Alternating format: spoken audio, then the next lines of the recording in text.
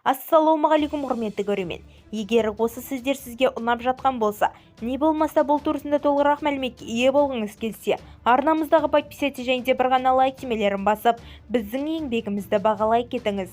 Жанжал, шиеленіс және де журналистік зерттеу, ащы шындық тек Астана ТВ арнасында 27 ақпаннан бастап аптасына 4 рет, дүйсенбіден бейсенбі аралығында көрерменге әлеуметтік реалити ток-шоуының жаңа форматы ұсынамыз.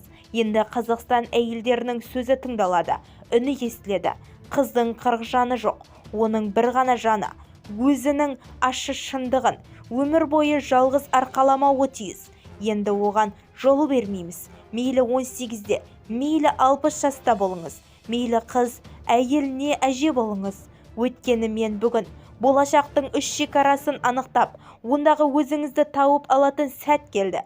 Үзілген үміт, жоғалған әуелет, сәулет, түскен сенім қайта тікіледі. Өйткені бізде сөзден бөлек әрекет бар. Біз көзге көрінетін нәтиже үшін жұмыс істейміз. Сізбен бірге жұмыс істейміз. Бізді тамашалауды жалғастырыңыз.